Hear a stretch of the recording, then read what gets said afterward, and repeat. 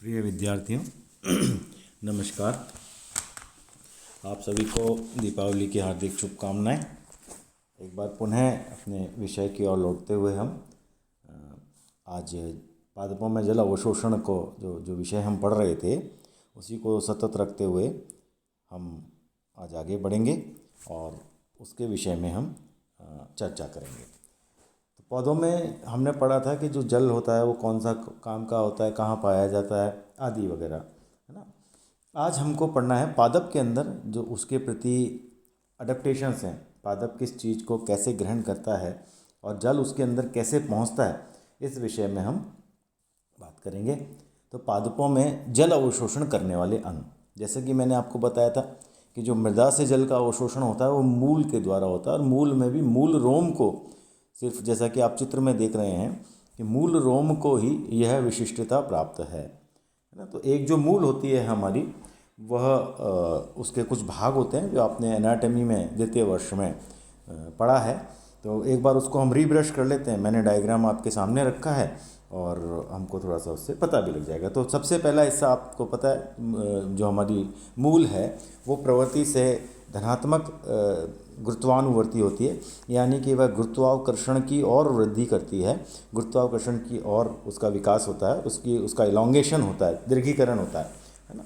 तो जो उसकी वृद्धि है वो गुरुत्वाकर्षण के सापेक्ष है, किंतु कुछ मूल इसके विपरीत भी प्रदर्शन करती हैं, लेकिन उनके अपने प्राकृतिक और वातावरणीय कारक हैं, इस वजह से वे उसका विपरीत प्रदर्शन करती हैं और वे अपवाद स्वरूप हैं।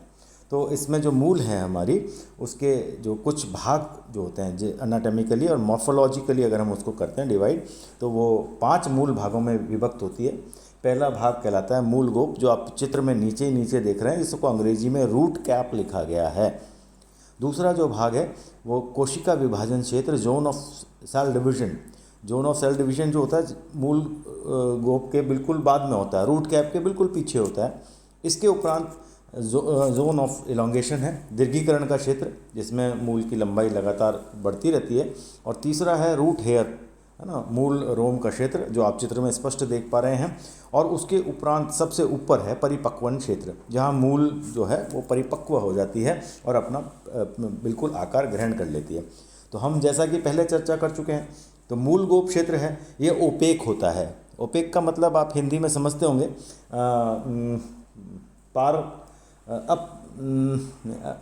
ओपेक का मतलब है यानी कि जिसके थ्रू ट्रांसपोर्टेशन संभव नहीं है। तो जो रूट कैप है या मूल गोप है, ये सिर्फ एक रक्षात्मक आवरण है जो वृद्धि करती हुई मूल को हेलमेट की तरह सुरक्षा प्रदान करता है जल के मृदा के कणों के मध्य। तो इसका सिर्फ काम क्या है, प्रोटेक्शन है। तो इससे किसी भी प्रकार का अवशोषण नहीं होता। दूसरा जो क्षेत्र है वो विभाजनीय क्षेत्र या मेरिस्टेमेटिक जोन होता है। जब हम सेल डिवीजन का अध्ययन करते हैं तो जो हम रूट का हिस्सा लेते हैं वो यही हिस्सा होता है, और इसमें हम मेरिस्टेमेटिक कोशिकाओं में विभाजन के विभिन्न समसूत्रीय विभाजन के विभिन्न कोशिकीय अवस्थाओं को देखते हैं। इसकी जो लंबाई है प्राय मूल गोप के उपरांत 1 mm के आसपास इसकी लंबाई होती है, 1 मिलीमीटर जितना बड़ा होता है सामान्य रूप से। अब ये अलग अलग मूल के हिसाब से अलग अलग होता है। और इसमें विभाजनशीलता होती है, यह तेज़ी से विभाजित होता रहता है। ये जो क्षेत्र है इसमें तेज विभाजन होते हैं, तो इस वजह से इसका जो मेटाबॉलिक सारा एक्टिविटी है वो फोकस विभाजन पर रहती है और यहाँ से भी किसी भी प्रकार का कोई जल का अवशोषण संभव नहीं होता। इसके ठीक उपरांत जो है वो दीर्घीकरण का क्षेत्र है, क्षेत्र of zone of elongation. Cell elongation में क्या होता है, कोशिकाएं अपना आकार ग्रहण करती हैं, वो अपने अपने शेप्स में आती हैं, उनसे जो जो चीज़ें बननी हैं वो बनती हैं। तो यानी कि कोशिकाओं का यहाँ से विभेदन प्रारंभ हो जाता है। तो ऐसी जो कोशिकाएं होती हैं विभेदित हो रही होती हैं, जैसे कि विभजोतक कोशिकाओं में भी जो साइटोप्लाज्म है उसकी मात्रा ज़्यादा होती है, वैक्यूल की मात्रा कम होती है। और जो इलॉन्गेटेड सेल्स का क्षेत्र है उसमें भी कोशिकाओं में प्राय यह प्रवृत्ति पाई जाती है। तो इलॉन्गेटेड होती हुई जो कोशिकाएं हैं, दीर्घीकृत होती हुई जो कोशिकाएं हैं, उनके अंदर जो साइटोप्लाज्म है, जो कोशिका द्रव है, उसकी मात्रा ज़्यादा है और वैक्यूल की मात्रा कम है। इसी कारण यहाँ भी जल का जो अवशोषण है वह नहीं हो पाता या नगण्य है ना। तो ये भी हमारे काम का क्षेत्र नहीं है। तो अब जो चौथा क्षेत्र आ रहा है वह दीर्घीकरण का क्षेत्र है ना। तो दीर्घीकरण के उपरांत जो है वह है मूल रोम का क्षेत्र। यहाँ से मूल रोम का विभेदन प्रारंभ हो जाता है, यानी कि मूल पे मूल रोम उत्पन्न होने लग जाते हैं, है ना। अब ये जो है, ये जो एरिया है हम पहले भी डिस्कस कर चुके हैं कि पौधे में जल का अवशोषण मात्र मूल रोम के द्वारा ही संपन्न होता है ना। क्यों?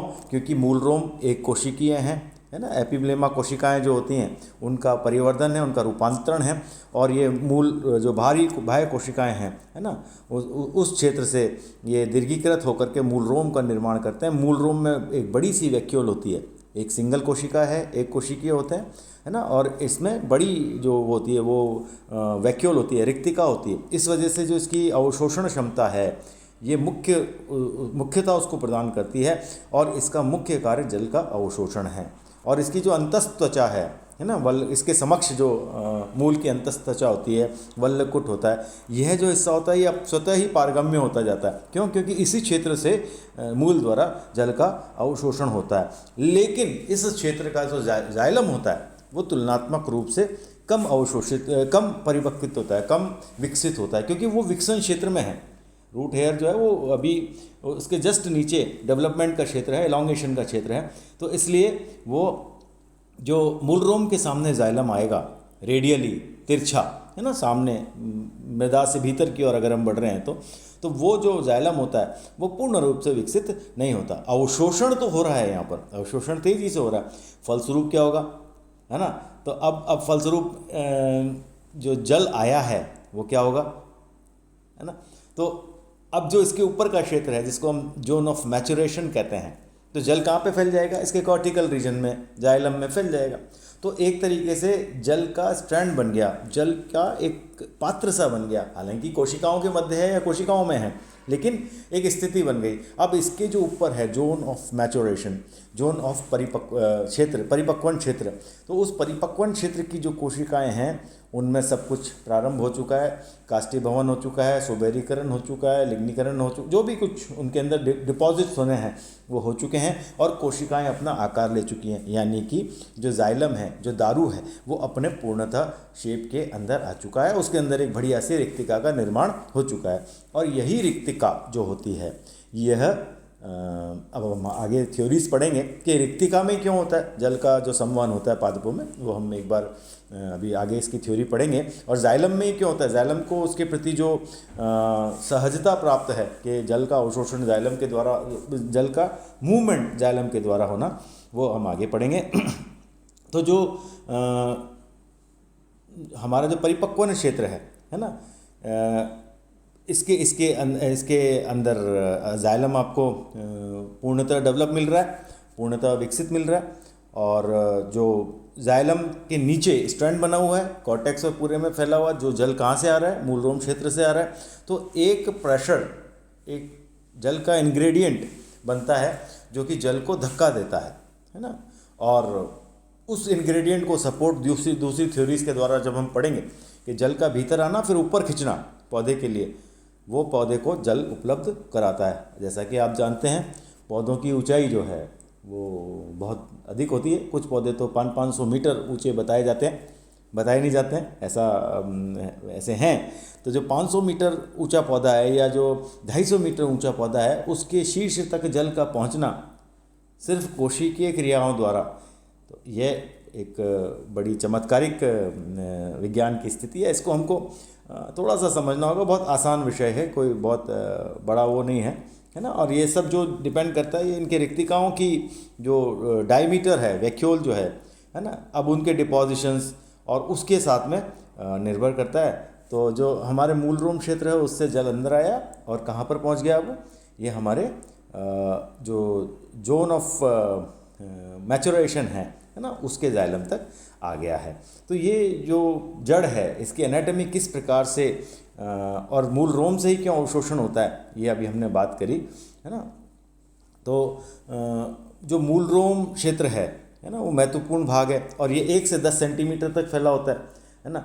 मूल रोम क्षेत्र की बाह्य त्वचा की कोशिकाओं से नलिकाकार प्रवर्त के रूप में मूल रोम विकसित होते हैं। मैंने आपको बताया ये समकोण पर होते हैं, है ना। इनकी जो लंबाई होती है वो तो 0.1 to 1 mm प्राय होती है ना, कम ज़्यादा अकॉर्डिंग टू प्लांट्स भी हो सकती है, लेकिन हम सामान्य की बात करते हैं। और इनका जो व्यास है वो 10 मिलीमीटर के आसपास होता है ना। तो मूल रोम की जो भित्ति पारिगम्य एवं सेलुलोज कैल्शियम पैक्टेट से निर्मित होती है ना। प्रत्येक मूलरोम के मध्य में एक बड़ी रिक्तिका होती है और इसका कोशिका द्रव्य प्लाज्मा झिल्ली के साथ पतली परत के रूप में पाया जाता है। अतः इसकी जो एब्जॉर्प्शन पावर है, जो ऑस्मोसिस ग्रेडियंट है, वो बढ़ जाता है और अधिक पानी को एब्जॉर्ब कर सकता है।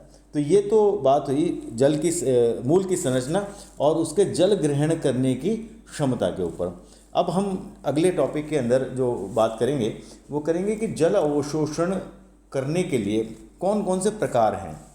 क्या जल स्वतः अंदर आ जाता है या उसकी पादप कोशिकाओं की कोई भूमिका होती है, और फिर ऊपर कैसे जाता है। इस विषय में जो सिद्धांत हैं उनका हम अगली कक्षा के अंदर अगले वर्णन करेंगे। धन्यवाद।